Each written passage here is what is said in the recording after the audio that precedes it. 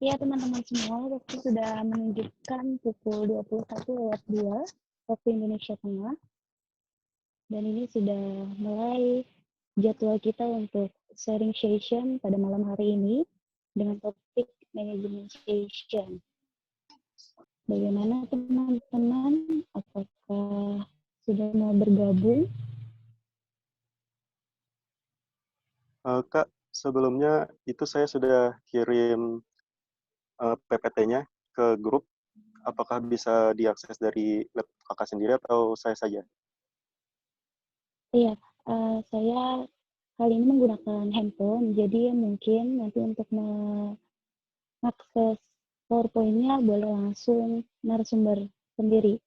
Jadi biar lebih enak gitu memanage-nya. Gitu ya? Iya, terima kasih, Kak. Iya. Iya.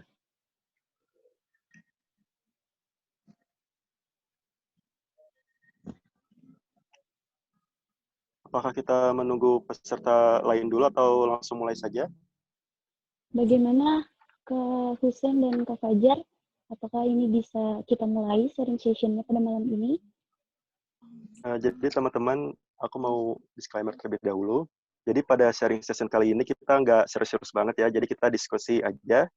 Ya, misalnya nanti saya ada kasih tanya, kalian boleh langsung jawab juga, atau kalian ingin tanya langsung juga boleh. Kita interaktif saja dalam sharing session kali ini. Oke, baiklah. Permintaan spesial dari narasumber kita hari ini, kita mengadakan sharing session-nya dengan cara interaktif. Jadi buat teman-teman nanti yang mungkin ada pertanyaan di tengah-tengah diskusi, boleh langsung saja langsung sampaikan atau diketik dalam forum chat. Gitu ya narasumber ya.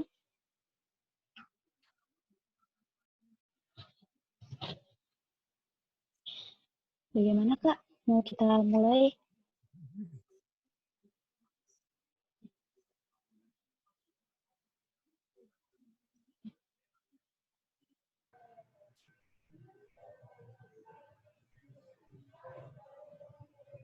Kak Husen, Kak Fajar, apakah sharing session-nya bisa dimulai?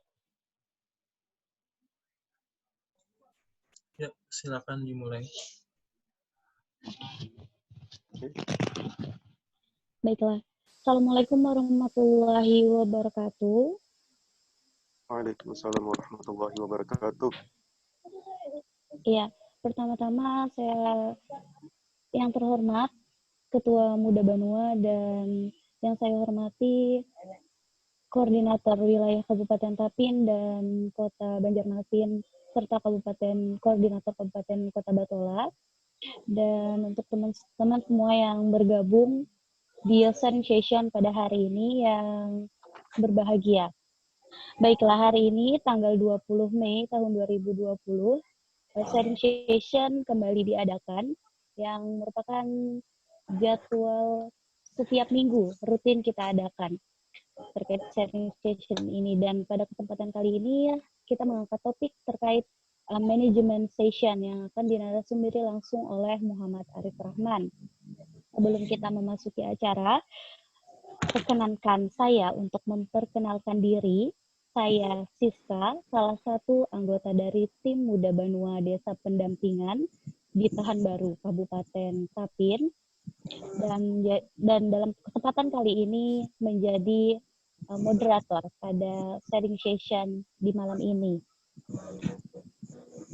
Ya, dan juga perkenalkan narasumber kita atau pemateri, yaitu Muhammad Arif Rahman, salah satu mahasiswa di Universitas Lembung Mangkurat, Kalimantan Selatan pada jurusan Ilmu Hukum di Fakultas Hukum. Dan sebelum kita memasuki acara pemaparan materi terkait manajemen session, perkenankan saya untuk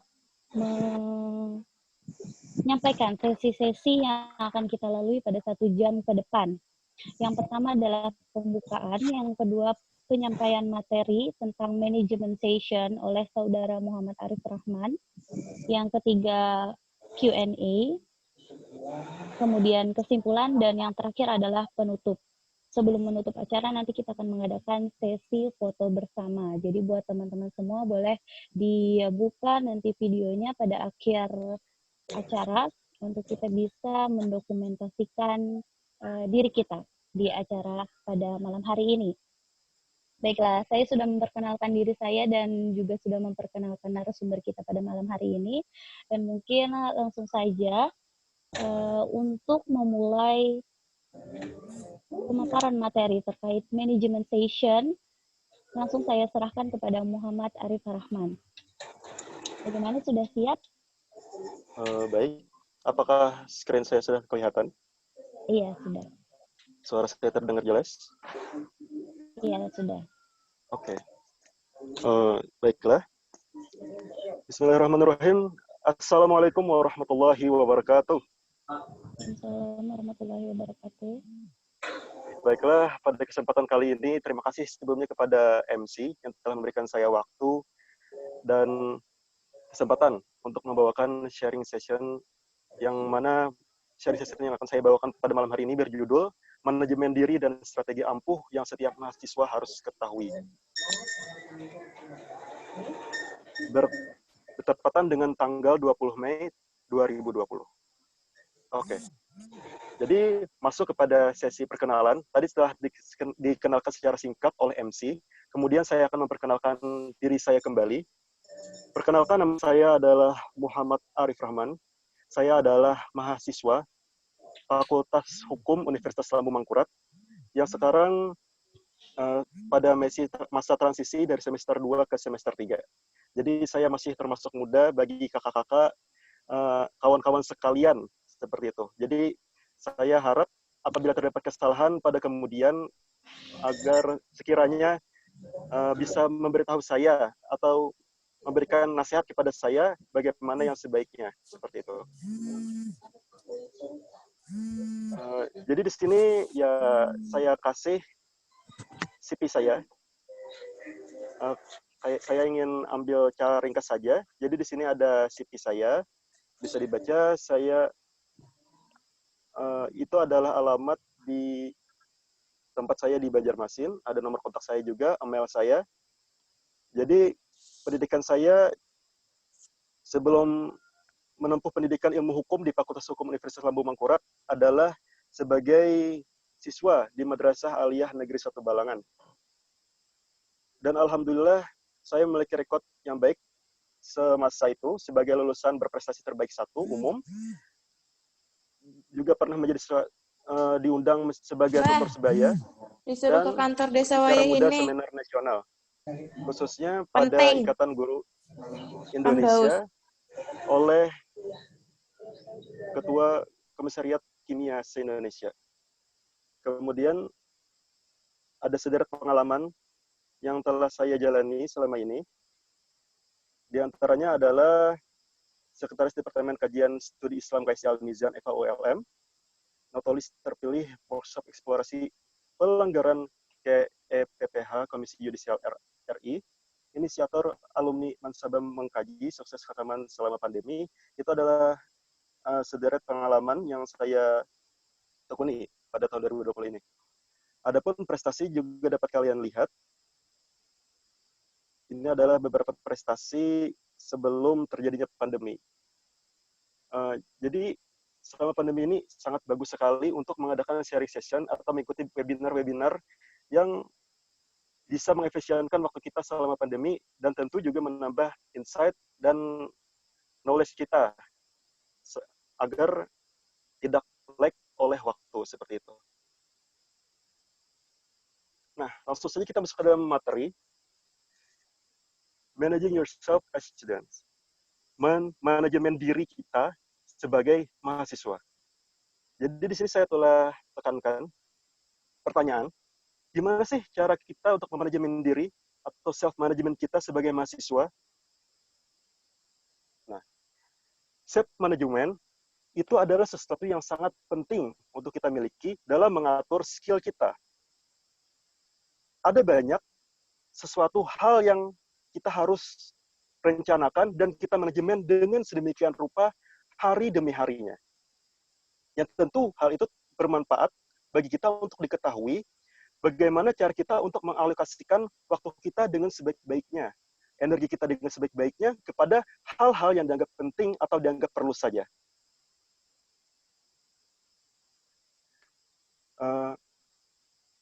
yang kita ketahui saat ini, ada beberapa di antara mahasiswa yang tidak bisa memanfaatkan atau manajemen dirinya dengan baik, yang kemudian hal tersebut berdampak buruk bagi keilmuannya, bagi tanggung jawabnya seperti itu pada jurusan yang ia tempuh.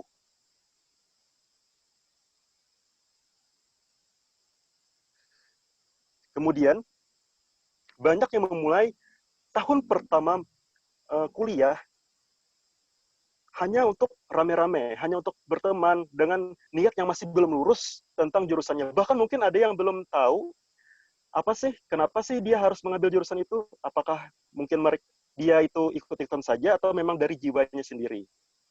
Nah, jadi penting bagi kita untuk mengetahui self management ini.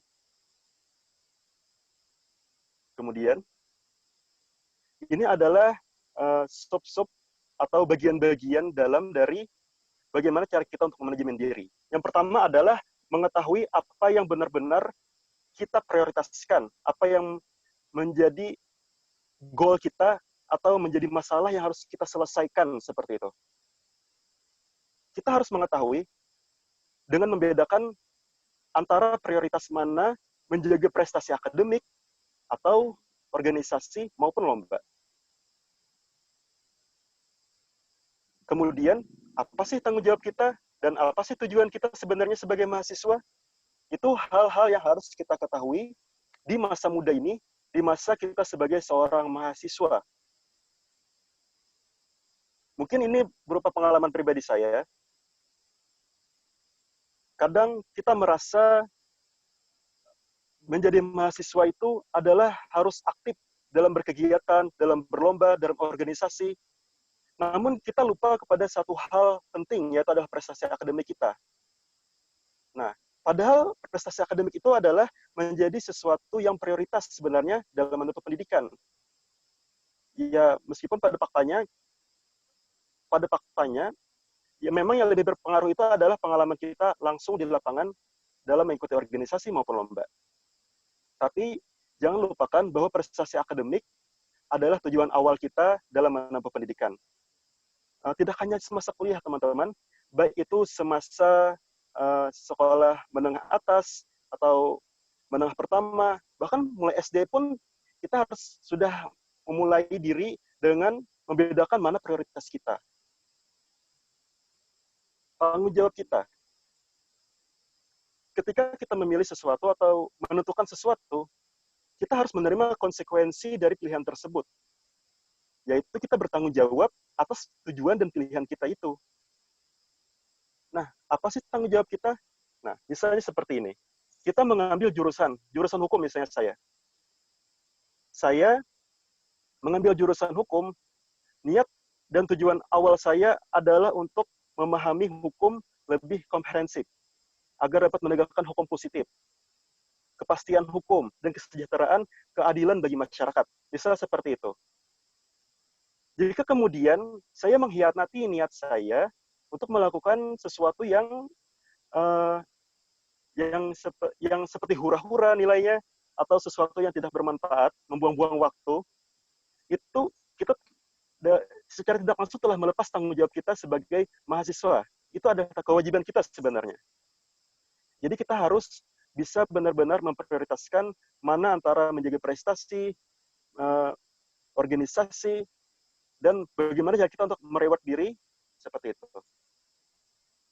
Ya mungkin bila ada agak kaku ya, misalnya ada yang ingin langsung bertanya boleh saja, atau ingin menambahkan langsung boleh saja juga. Apakah saya kedengaran? Iya, kedengeran. Oke. Lanjut ya. Yang kemudian adalah cara kita menyeimbangkan sesuatu dengan bekerja dengan cerdas. Apa sih bekerja cerdas itu? Jadi bekerja cerdas yang saya definisikan adalah sesuatu atau tentang menggunakan sedikit waktu kita untuk melakukan sesuatu yang lebih. Orang cerdas itu berpikir bagaimana caranya untuk menyelesaikan dengan mudah. dengan lebih cepat, dengan lebih efisien. Bukan dengan cara-cara tradisional yang dari situ, misalnya kita menemukan suatu masalah, atau masalah dari orang terdahulu, kita pun juga mengulanginya. Nah, orang cerdas tidak akan melakukan seperti itu. Orang cerdas akan mencari solusi dan alternatif bagaimana caranya untuk mengefisienkan waktu tadi, untuk melakukan sesuatu yang lebih. Mungkin seperti ini juga. Orang cerdas bisa berpikir, bagaimana sih caranya supaya kuliah singkat? Bagaimana sih supaya dalam kuliah singkat tersebut, aku bisa meraih banyak prestasi, seperti itu. Itu niatan awal yang bagus, ya meskipun kita tidak tahu kan, apakah kita akan kuliah lama atau sebentar. Itu ya tergantung pribadi masing-masing, seperti itu. Kalau pengen cepat, ya belajar dengan giat, dengan usaha yang kuat, tekad yang bulat, seperti itu. Kemudian kita harus membagi rencana besar ke bentuk kecil agar lebih mudah diatur. Misalnya kita memiliki goal-goal besar ya. Goal-goal besar itu seperti mimpi atau harapan kita. Rencana besar kita ingin menjadi seorang DPR. Itu adalah poin besarnya. Kemudian poin kecilnya itu adalah bagaimana cara kita memikirkan prosedur atau langkah-langkah berikutnya. Nah, jadi kita harus menentukan terlebih dahulu. Biar saja acak terlebih dahulu, tapi kita hitung atau kita tuliskan sebanyak-banyak mungkin step-nya. Jadi kita agar dapat memudahkan kita untuk menyusun kemudian. Misal, saya ingin menjadi DPR tadi. Kemudian saya harus memiliki portofolio yang baik di bidang hukum. Saya harus memiliki pengalaman kerja, misalnya di kejaksaan pun boleh saja, atau bekerja di Kemenkumham boleh saja. Nah, itu ada poin-poin subnya lagi. Kemudian, bagaimana sih cara kita bisa bekerja di Kemenkumham misalnya, agar lebih mudah jalannya seperti itu.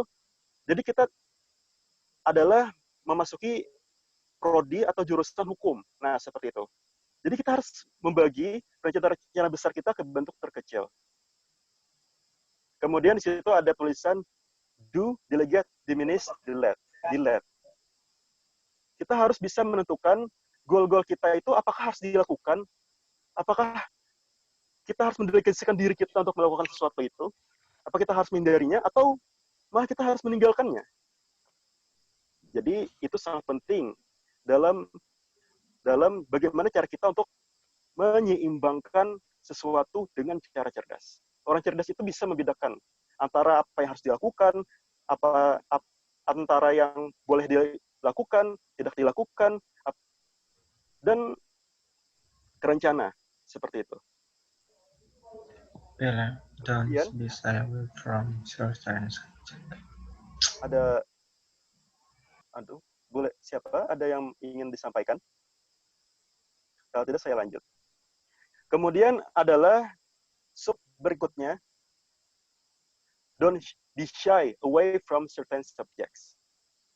Jadi kita itu, saya terjemahin dulu ya, jangan malu terhadap sesuatu yang pasti, yang kita miliki, seperti itu. Di situ saya tuliskan, yang pertama adalah bersyukur atas apa yang kita punya. Jadi, maksud saya di sini, misalnya saya mengambil jurusan hukum. Ya awalnya mungkin kalian ada melihat tadi dari rekod pendidikan saya, sebelumnya adalah siswa yang berjurusan ilmu pengetahuan alam. Nah itu kalau kita pikirkan tidak linear, atau saya melakukan lintas jurusan yang tidak linear. Kemudian di ilmu hukum ini karena tidak linear, mungkin awal niat saya bagus, tapi kemudian saya merasa goyah, dan saya merasa terkucilkan karena pendidikan saya atau keilmuan saya masih sedikit dibandingkan teman-teman yang dari jurusan EPS dari awal.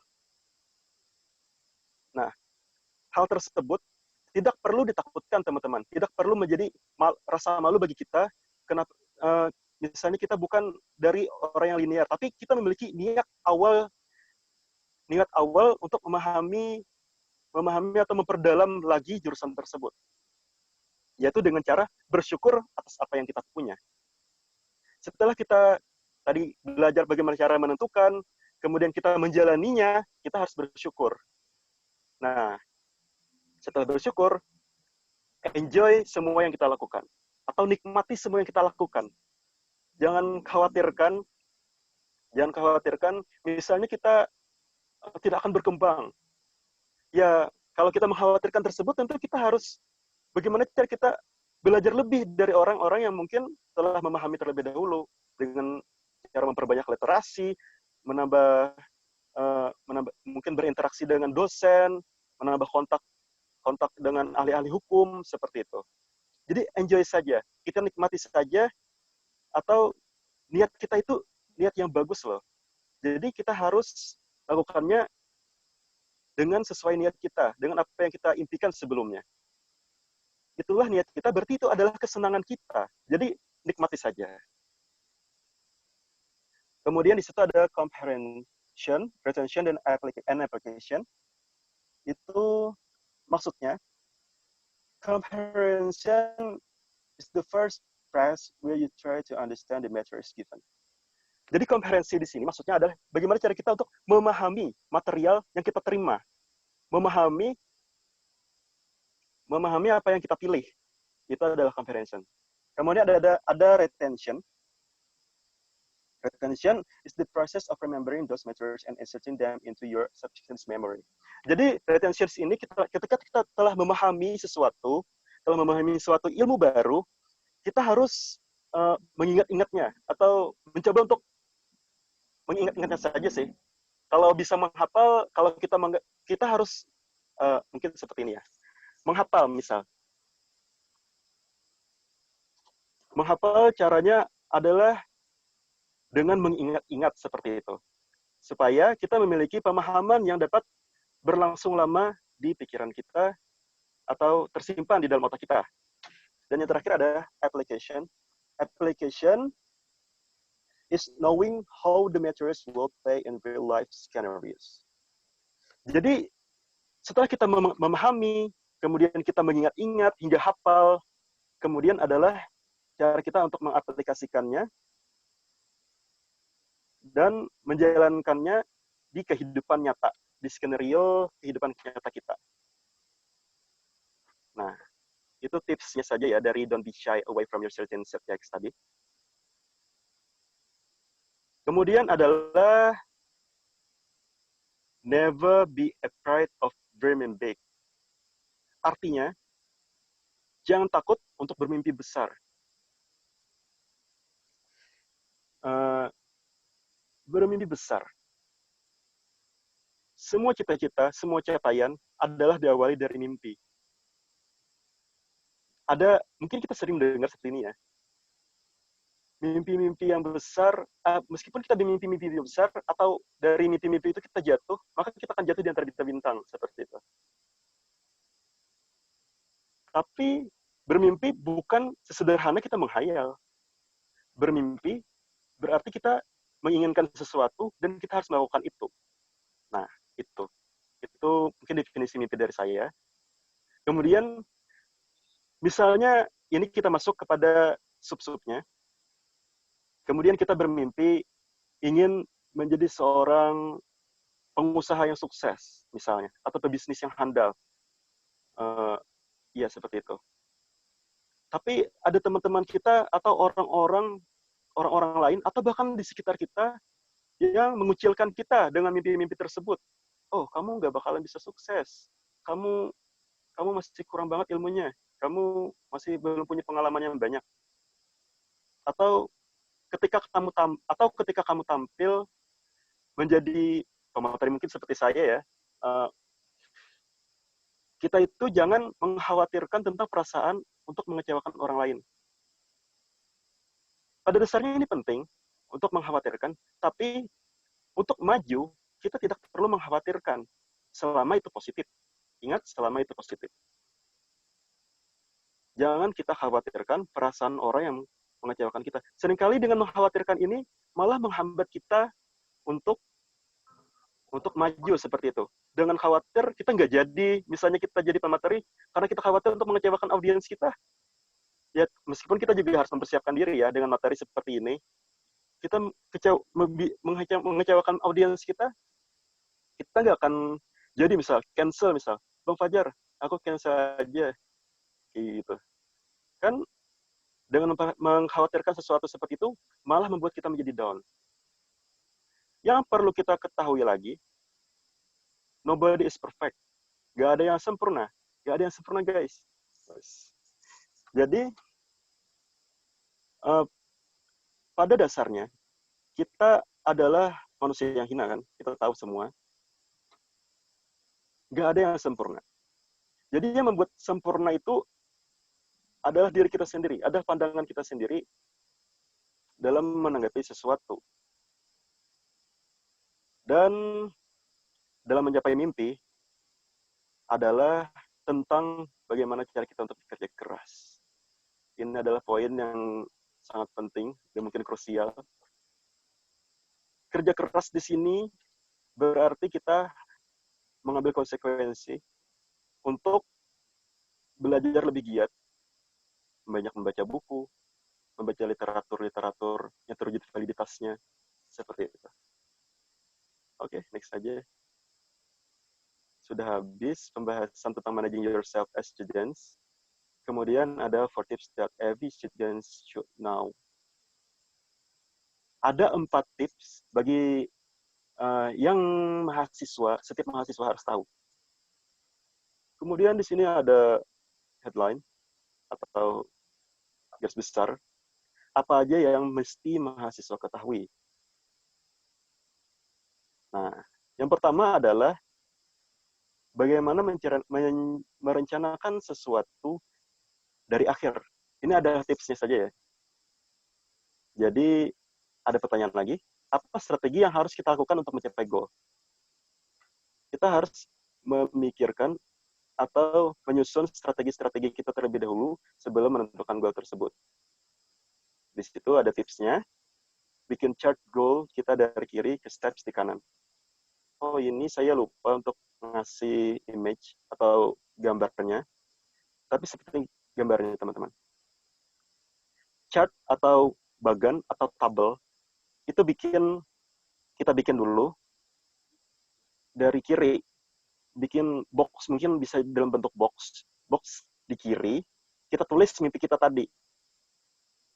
Misal mimpi kita menjadi hakim atau pengusaha, kita tulis, itulah goal kita. Kemudian kita bikin garis, kita bikin lagi kotak, misal, kita isi di dalamnya step-step kita tadi. Misal kita ingin menjadi pengusaha, kita harus mengikuti program prakerja misalnya. Mengikuti pelatihan-pelatihan dari skill academy, bisa seperti itu ya. Jadi itu adalah step-step yang harus kita lalui, dan kita bisa lagi membuat step kemudian. Misalnya dalam mengikuti prakerja kita harus daftar dulu, kita harus bukan mahasiswa, seperti itu. Jadi itu adalah salah satu contohnya saja ya. Kemudian ada things will be tempting, sort them out. Banyak hal-hal yang menggairahkan kita atau membuat kita ingin melakukan sesuatu itu, tapi kita harus sort them out atau mensortir mereka, mensortir sesuatu itu dengan cara selektif. Telah kita ketahui dari tadi kan ada do, delete atau sebagainya macamnya, ya seperti itu. Nah, bagaimana sih cara kita untuk selektif? Yaitu dengan memperhatikan learning opportunity, potential achievements, connections. Jadi apabila kita menemukan sesuatu yang kita inginkan, banyak sekali hal yang kita inginkan. Misalnya kita ingin pergi ke Bali, atau kita ingin ke Australia, kita ingin kuliah di Australia, misal. Jadi dua hal tersebut adalah dua keinginan bersamaan yang kita harus sortir, teman-teman. Dari dua tersebut, mana yang lebih urgensi? Apa dampak apabila kita memilih pilihan tersebut? Dan apa dampak apabila kita meninggalkan pilihan tersebut? Yaitu dengan memperhatikan kesempatan belajar kita, potensi potensi achievement kita, atau achievement itu penghargaan apa capaian-capaian kita dan koneksi-koneksi kita yang akan kita dapatkan. Oh, misal kita ingin banget ke Bali. Boleh ke Bali, tapi kita harus memperhatikan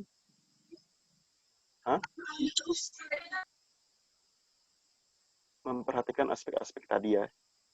Oke, mungkin saya ingin mempercepat saja karena waktunya singkat.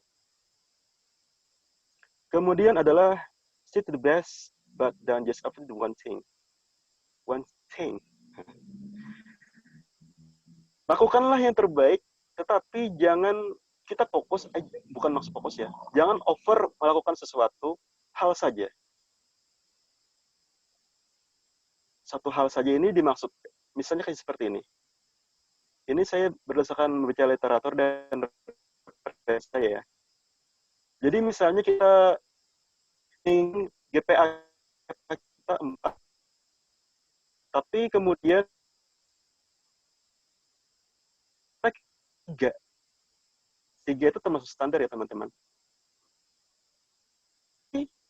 Kita merasa hal tersebut buruk bagi kita atau tidak sesuai dengan rekor kita sebelumnya.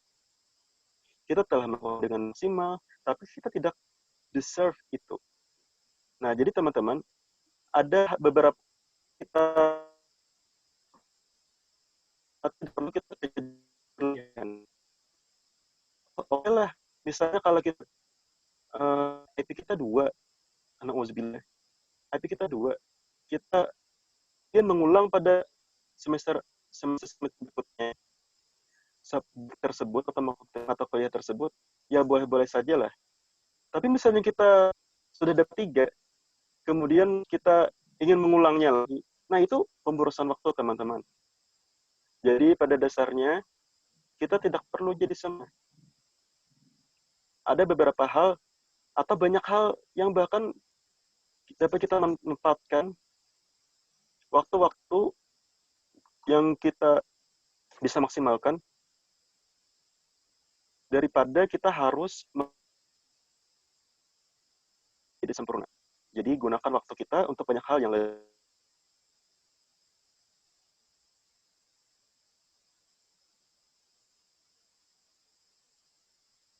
to hang out with. Artinya, filter teman-teman atau orang-orang yang biasanya kamu nongol atau menjadi yaitu aku nggak bahas tentang ini yang ketiga, mungkin sesuatu atau sebagai macamnya, mereka itu teman malah ngejek mungkin atau akan capaian kita tersebut. Nah, jadi the real friend itu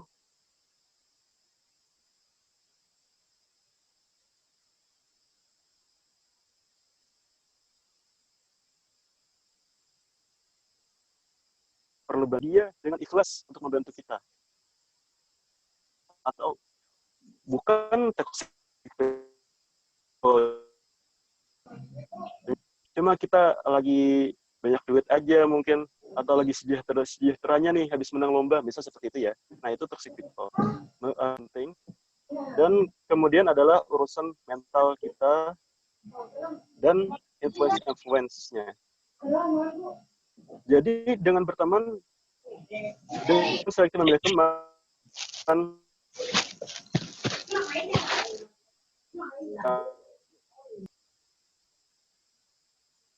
ya,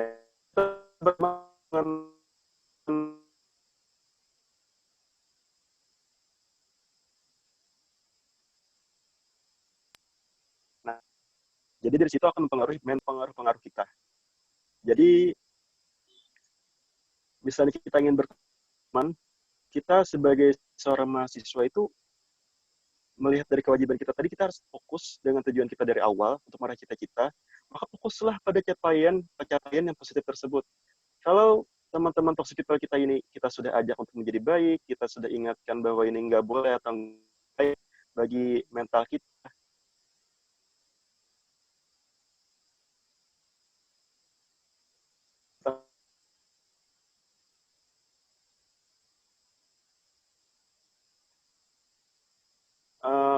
Dari mungkin saja buka Q&A-nya. Sebelumnya saya ucapkan terima kasih. Ya, kembali ke MC. Baiklah, terima kasih Saudara Muhammad Arif Rahman atas pemaparan materi mengenai manajemen self atau self management ini. Sangat bermanfaat untuk kita ya sebagai mahasiswa. Bagaimana kita bisa membuat strategi-strategi yang ampuh. Baiklah, mungkin langsung saja pada sesi tanya jawab kita buka di 20 menit terakhir ini. Tadi ada yang ingin bertanya melalui chat. Ada pertanyaan pertama ya dari Saudara Al-Wafi dari Sungai Puting. Pertanyaannya adalah, bagaimana menurut kakak pribadi, bagaimana seorang mahasiswa yang mempunyai keterbatasan ekonomi secara nyata mewajibkan ia untuk mencari penghasilan sehingga kurang fokus pada perkuliahan dan mengurangi kegiatan organisasi secara objektif, apakah orang tersebut dianggap kurang cerdas dalam manajemen diri atau memang demikian pola yang harus dijalani? Ya, itu pertanyaan dari mungkin satu-satu dulu ya ditanggapi oleh narasumber, dan jika ada masih banyak waktu yang tersisa bisa kita lanjut ke pertanyaan berikutnya. Baiklah, kepada narasumber Saudara M. Arif boleh menanggapi pertanyaan dari Al-Wahfi terlebih dahulu, kemudian dilanjutkan untuk pertanyaan selanjutnya. Oke, Silahkan. terima kasih saudari MC. Wah, ini berbobot sekali ya dari Bang Al-Wafi dari Sungai Pitung. Ini pertanyaannya mengenai kecerdasannya. Bagi seorang mahasiswa yang punya keterbatasan ekonomi secara nyata, menjadikan ia untuk mencari penghasilan sehingga kurang fokus. Apakah tersebut dianggap kurang pantas dalam manajemen diri? Jadi di sini menurut saya ya, ini saya juga sebagai maba ya, bukan maba lagi, saya sudah masih awal-awal mahasiswa seperti itu. Jadi ini akan saya jawab berdasarkan perspektif saya saja. Jadi orang tersebut bukan langsung bisa kita kategorikan sebagai orang yang tidak cerdas ya. Karena pada dasarnya kecerdasan itu adalah substansi masing-masing seperti itu, subjektif, masing-masing subjektif saja seperti itu. Tapi bisa ada sesuatu faktor yang menghalanginya untuk melakukan kewajiban maksudnya dalam penghidupannya selama masa kuliah, padahal dia juga memiliki kewajiban dalam kuliah tersebut, atau menempuh ilmu, atau mengikuti berbagai organisasi. Tentu hal tersebut sebenarnya tidak efisien atau tidak efektif bagi mahasiswa untuk melakukan pekerjaan di waktu berbarengan. Kecuali memang dia bisa memanajemen waktunya kapan dia harus bekerja, misalnya menjadi freelance design, itu bisa menyesuaikan waktu bekerjanya seperti itu. Jadi dia tergantung dirinya sendiri. Bagaimana cara dia memanajenya dengan memikirkan konsekuensi apabila dia bekerja ini, bagaimana terhadap akademiknya, dan apa sih dampak buruknya seperti itu. Nah, jadi dia harus memikirkan cara terbaiknya seperti itu. Kalau perlu bisa meninggalkan pekerjaan yang berpotensi besar mengganggu akademiknya. Nah, seperti itu. Itu saja sih penjelasan saya, mungkin bisa ditambahkan nanti oleh teman-teman yang lain. Oke, next saja. Iya, baiklah. Bagaimana Al-Wafi untuk jawaban dari M. Arif? Bagaimana Bang Wafi? Oke, lanjut saja Bang Kak Baiklah, Aisyah. lanjut ke pertanyaan selanjutnya dari Eka Nurliana dari tim Kelurahan Basiri. Pertanyaannya adalah diri Kak. Jadi sudah Kakak lakukan, dan bagaimana cara kita untuk tidak down saat sudah mengetahui tanda-tanda kekalahan dalam lomba, dalam atau prangka buruk. Nah, jadi gimana, Kak? Oke. Oke, terima kasih kepada Kakak Eka Nurliana dari tim Kelurahan Basiri yang telah bertanya tentang bagaimana cara kita untuk mereward diri. Nah, apa sih yang sudah Kakak lakukan untuk mereward diri? Kalau bertanya tentang pengalaman saya pribadi ya, kalau saya itu tidak bergantung apakah saya harus sukses terlebih dahulu untuk mereward atau ketika saya gagal seperti itu. Jadi apabila saya merasa perlu diri saya di reward, saya akan mereward diri saya. Nah, misalnya saya ikut lomba, saya berhasil, saya mereward diri saya. Mungkin bisa dengan uh, menambah waktu pertemanan, bisa hangout bareng teman-teman seperti itu kan, main-main seperti itu. Makan mungkin, saya lebih suka makan sih sebenarnya. Nah, itu bentuk reward kepada diri kita. Atau membeli buku-buku seperti itu di Gramedia misal. Kita kan di Gramedia tuh habis kita menang lomba bisa kita dapat hadiah. Jadi kita ingin memanfaatkan hadiah tersebut dengan menambah ilmu kita lagi, yaitu ke Gramedia tadi, bisa mengambil buku-buku yang kita inginkan sebelumnya seperti itu. Itu ada bentuk reward kita juga. Nah, dan kemudian ada di waktu saat kita gagal. Saya sebenarnya dalam mengikuti kegiatan-kegiatan itu lumayan sering, dan lumayan sering juga gagalnya. Gak terlihat banyak prestasi ini oh iya apa sih rezekinya tinggi seperti itu atau ya memang Tuhan berpihak padanya aja mungkin seperti itu ya, enggak, tapi berawal dari proses-proses kegagalan kita. Jadi kita juga tetap harus menghargai kegagalan kita karena pada sejatinya kegagalan tersebut adalah proses kita untuk menjadi lebih baik. Nah, jadi kalau gagal pun saya juga membuat diri saya untuk ke mungkin ke Wong Solo mungkin ya untuk bentuk lewat saya jarang-jarang nih ke Wong Solo seperti itu agar diri kita bahagia kita bisa ke Wong Solo atau cara efektif ya yang sebagaimana yang Rasul ajarkan itu mungkin kita bisa sholat dan ya ini satu sedekah itu kan itu yang menurut saya paling nyaman seperti itu. Kalau kita bersedekah di saat hati kita lagi nggak nyaman atau lagi bahagia itu bakal bagus banget pengaruhnya bagi mental kita, bagi kesehatan kita. Ya mungkin kalian bisa cari nanti di searching saja literatur tentang kesehatan mental apabila kita bersedekah. Nah itu bagus banget karena bersedekah itu kita sudah mampu untuk mengendalikan diri kita untuk bisa memberikan nafkah atau memberikan sebagian dari rezeki kita, kebahagiaan kepada orang lain lah intinya seperti itu.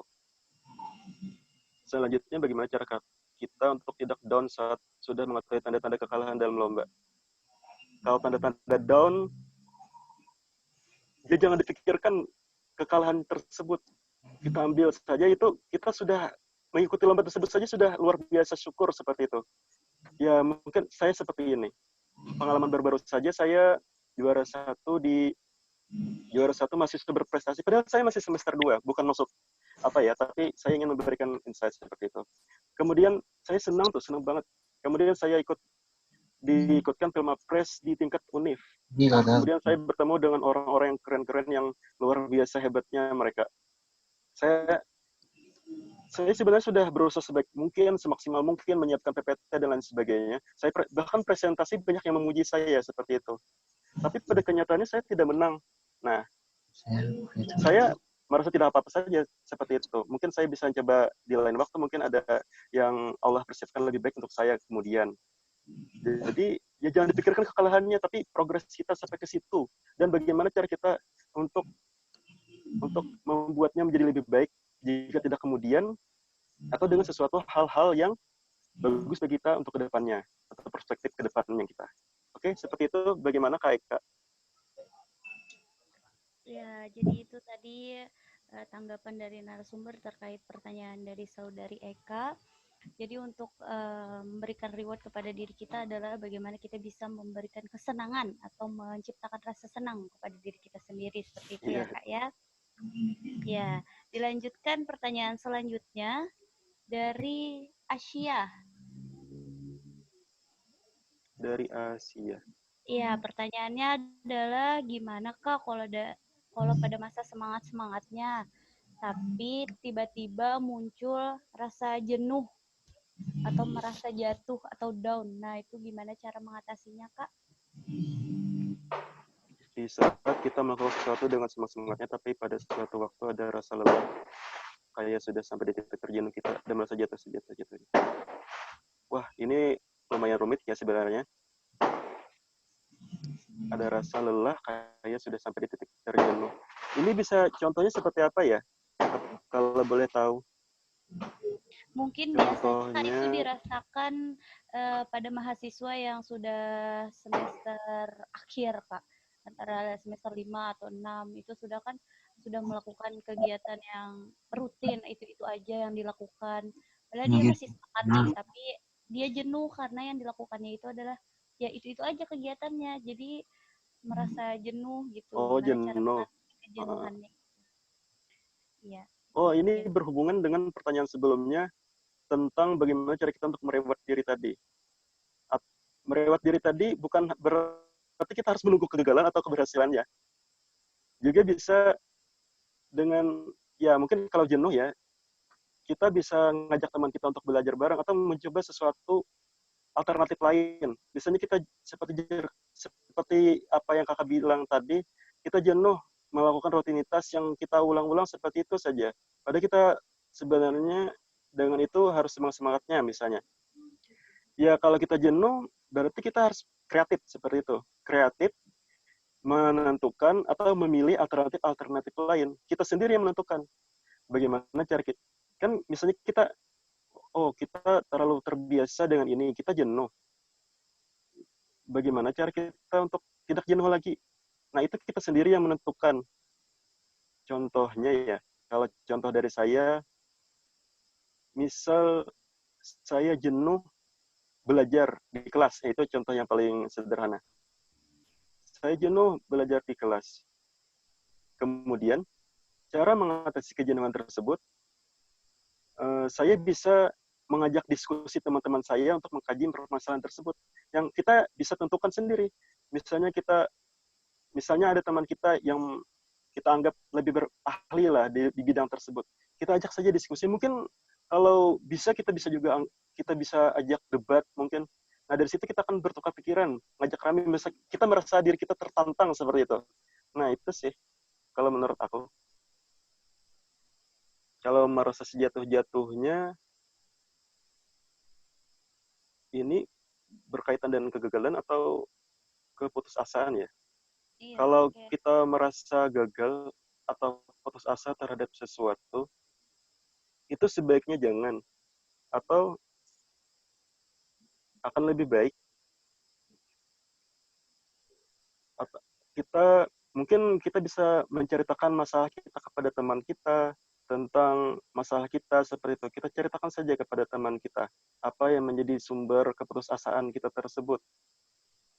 Karena apabila kita terlalu berlarut-larut kepada keputusasaan, malah akan memperburuk keadaan kita.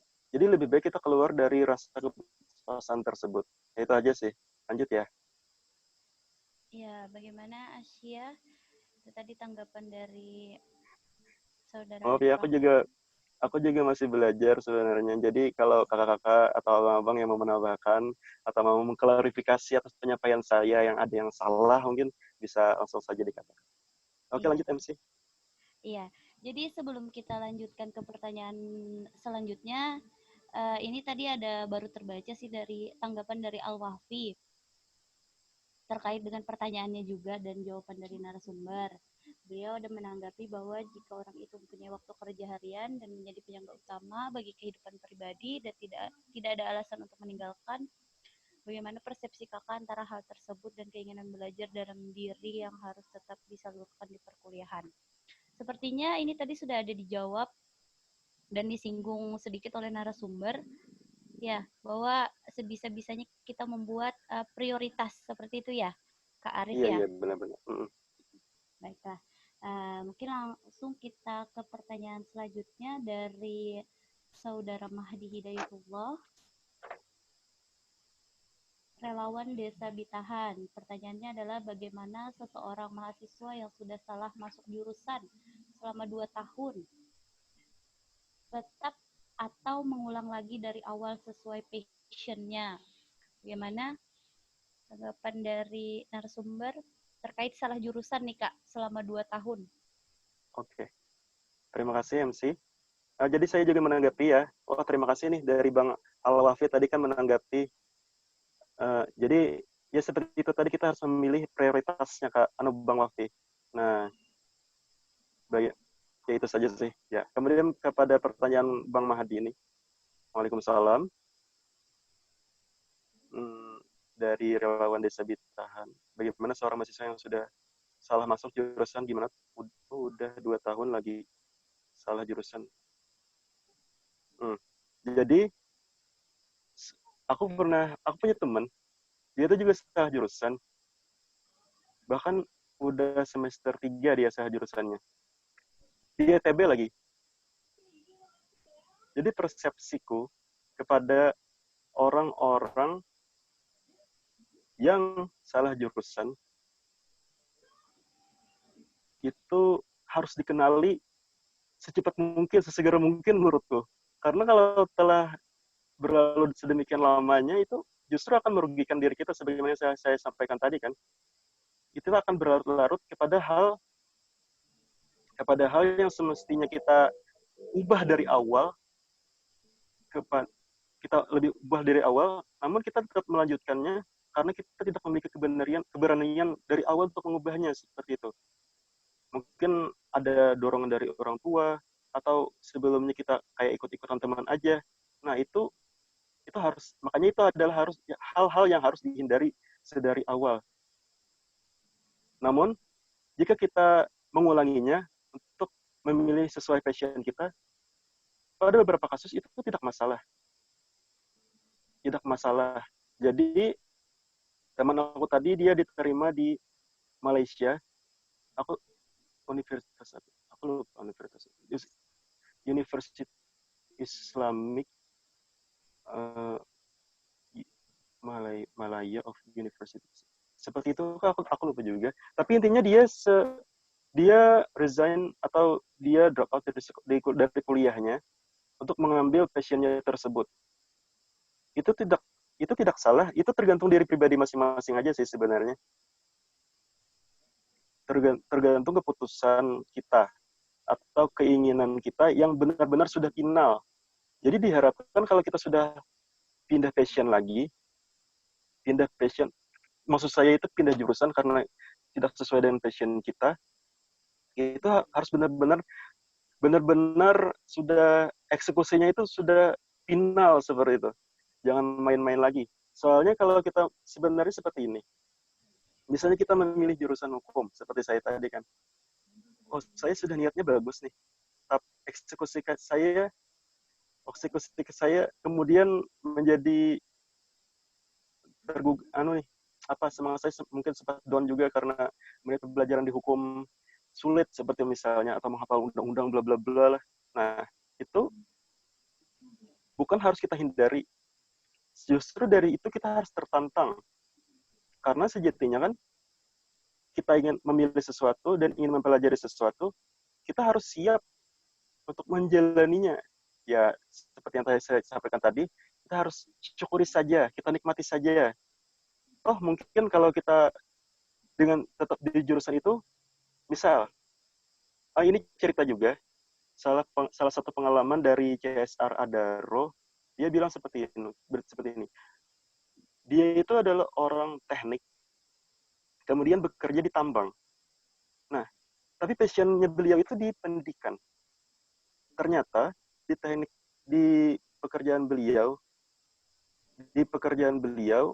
ada program pendidikan, beasiswa pendidikan. Nah, jadi beliaulah yang aktif di bidang tersebut. Jadi tetap sesuai dengan passion beliau dari awal, meskipun tidak mengubah jalur akademiknya seperti itu. Itu aja sih tanggapan aku. Kembali ke MC. Atau ada yang ditambah dari yang lain boleh? Iya, itu tadi tanggapan dari Arif terkait pertanyaan dari Mahdi. Bagaimana Mahdi? Jadi itu kembali lagi kepada diri masing-masing ya Kak. Apakah dia mau tetap tetap di jurusan yang dia tidak sukai atau bisa juga berpindah passion tapi harus tahu konsekuensinya dari keputusan yang sudah dia ambil seperti itu ya Kak ya. Iya, iya, iya benar. Seperti itu maksud saya. Jadi kita harus lebih memahami terlebih dahulu tentang konsekuensi tersebut. Dan kita juga ketahui tadi kan, misalnya kita kita juga tidak kita pada beberapa hal kita sebenarnya tidak perlu juga mendengarkan ocehan orang lain kalau itu memang benar-benar setelah final, setelah menjadi tujuan kita seperti itu. Ya, kembali ke nawaitunya lah seperti itu. Iya, benar sekali Kak. Saya setuju Kak. Iya. Mungkin ini satu pertanyaan terakhir lagi ya yang bisa ditanggapi karena waktu kita tinggal 2 menit lagi. Jam sudah Assalamualaikum warahmatullahi wabarakatuh. Waalaikumsalam warahmatullahi wabarakatuh.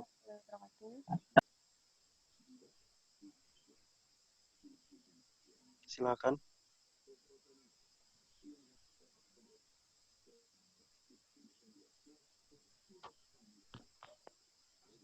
Ada yang ditanggapi?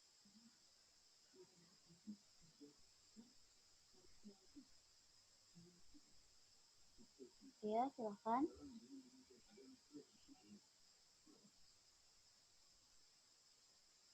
Oke, sementara menunggu tanggapan dari yang lain, kita lanjut ya ke pertanyaan selanjutnya. Ini pertanyaan terakhir sepertinya ya. Dari Budi. Izin bertanya, Kak. Saya relawan dari Desa Sungai Salahilir. Apakah ada tips nggak tentang time management berdasarkan skala prioritas? Nah, gimana tuh, Kak Arif? Tipsnya Time management. Time management. Skala prioritas. Oke. Jadi time management itu kan telah kita pahami dulu. Bagaimana caranya untuk memaksimalkan waktu kita. Yaitu adalah dengan bekerja cerdas. Bekerja cerdas tadi terkait masalah bagaimana cara kita untuk mengefektifkan waktu.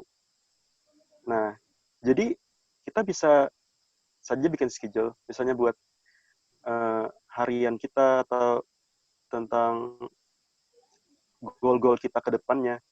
Itu bagaimana cara untuk menjapainya, kita bisa bikin schedule rutin. Kalau saya tipsnya, saya download aplikasi Anydo atau kalian bisa cari aplikasi-aplikasi serupa yang biasanya itu berfungsi sebagai reminder kita untuk melakukan sesuatu. Jadi itu bisa di-set untuk harian. Nah, itu tips dari saya pribadi. Jadi dengan itu, misalnya saya menjadi relawan pemuda bakti Banua pada hari Sabtu jam sekian. Itu nanti akan timbul notif di HP saya bahwa saya harus melakukan itu. Itu adalah karena itu ada menjadi job saya seperti itu, tujuan saya untuk mengikuti pemuda bakti Banua. Nah, dalam hal-hal lain itu time management. Iya, time management. Misalnya saya ingin bikin project. Jadi saya bikin list pada aplikasi tersebut project ini. Jadi apa yang harus saya lakukan itu saya bisa list lagi apa saja yang harus saya lakukan pada hari ini, pada besok hari atau hari kemudian. Nah, itu juga berlaku pada tugas-tugas kampus atau lomba, organisasi, pertemuan-pertemuan organisasi, webinar-webinar mungkin di saat pandemi ini kan. Nah, karena kita sering megang HP ya, itu sangat bermanfaat bagi kita untuk melihat notifikasi apa saja yang harus kita lakukan pada waktu apa seperti itu. Dan kita bisa menghitung-hitung waktunya, apakah ada yang bentrokan atau enggak. Ya seperti itu sih. Itu pendapat saya, mungkin bila kurang bisa ditambahkan. Ya, terima kasih Kak Arif.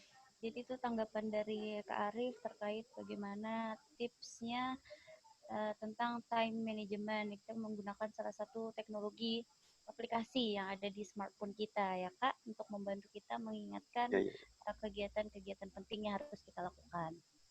Ya. Bagaimana Kak Budi atas tanggapannya? Mungkin ada tanggapan? ada komentar berupa kritik atau saran bisa saja, atau kalau tidak di sini bisa langsung chat saya saja ya. Iya. Nah, ini tadi Kak Budi ada kasih chat. Oke Kak, terima kasih tipsnya ya, sama-sama. Terima kasih Kak Budi. Ya, ini waktunya sudah menunjukkan pukul 22:02, teman-teman. Dan tidak terasa ya, sesi diskusi kita pada hari ini sangat menarik sekali dan interaktif.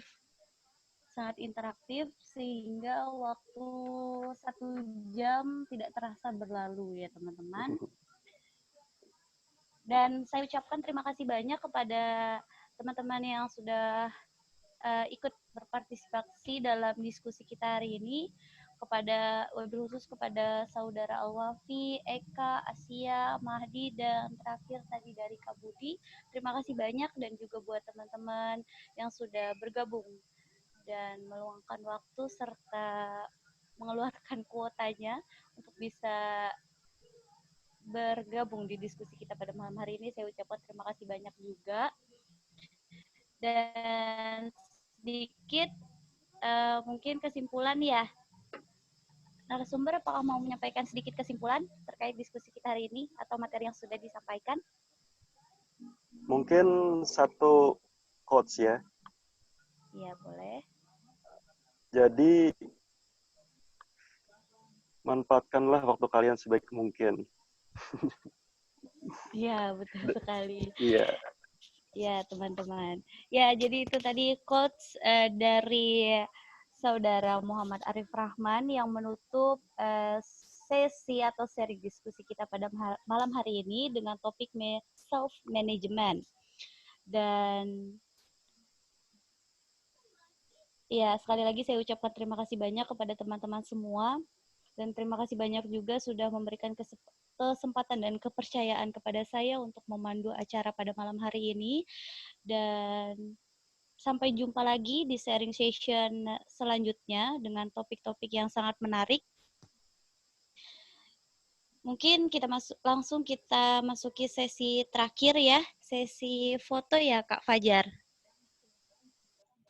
Ya, silahkan aktifkan videonya.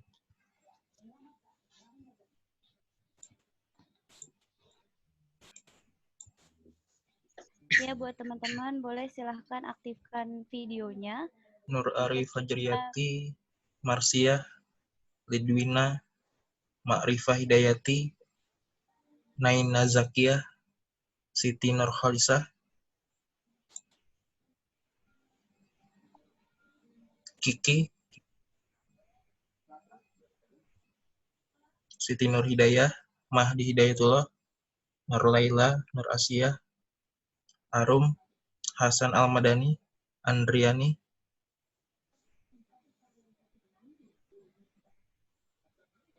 Yulita Normasari, Siti Sarah, Meliana Anjarosi, Oke Kiki, Dia Karunia,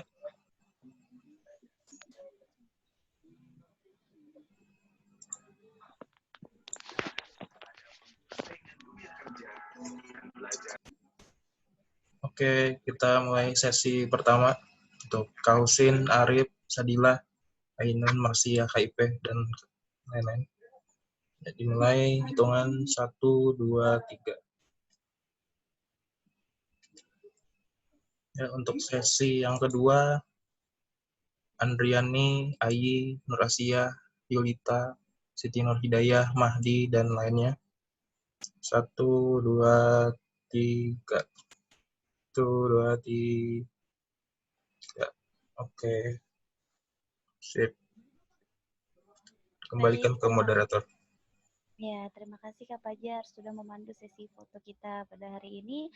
Dan sebelum kita mengakhiri dan meninggalkan diskusi kita pada malam hari ini, saya pribadi sebagai moderator dan mewakili narasumber mengucapkan terima kasih banyak dan banyak-banyak minta maaf kepada teman-teman semua jika dalam masa sesi tadi kami ada menyampaikan kata-kata atau perbuatan kami yang kurang berkenan di hati teman-teman semua. Kami ucapkan minta maaf dan wabillahi taufiq wal hidayah. Wassalamualaikum warahmatullahi wabarakatuh. Sampai bertemu di sesi sharing selanjutnya. Terima kasih teman-teman. Waalaikumsalam warahmatullahi wabarakatuh.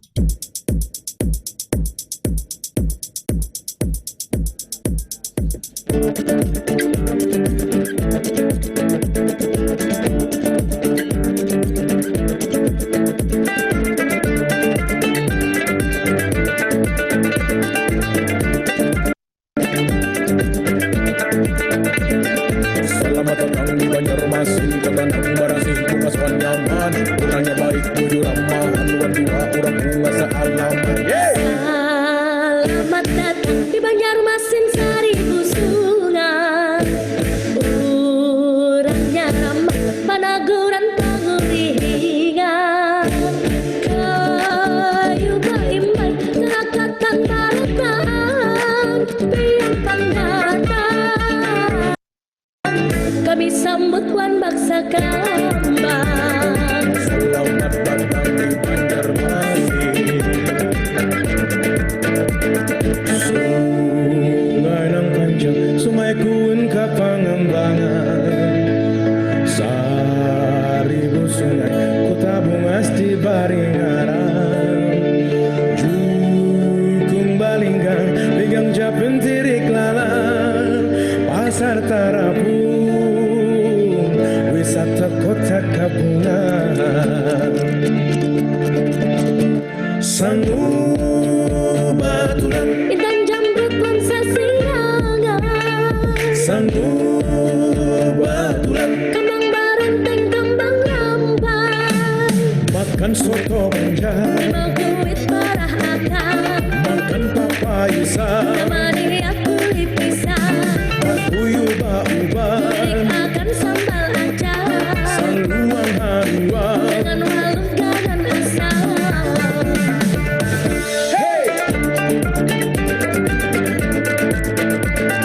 Selamat datang di Banjarmasin. Sungai nang panjang, sungai kuin ka Pangembangan. Seribu sungai, kota bungas di Baringaran. Jukung Balinggang, Intan Japin Tirik Lalang. Pasar Tarapung, wisata kota Kabungan. Sangu Baturan, Intan Jamrut Lensa Siangan. Sangu Baturan, Kembang Barenteng, Kembang Rampai. makan soto banjar, Mengkuit parah akang. makan papayisa, Temani aku kulit pisang. bakuyu bauban, Akan sambal acar. saluang haruan. Dengan waluh ganan asam. Selamat datang di Banjarmasin, kota Bariman. Selamat datang di yang singgah ulun sana. Ian Pang dan Daman, Kami jual kondangan. Ian Pang dan Daman, Kami jual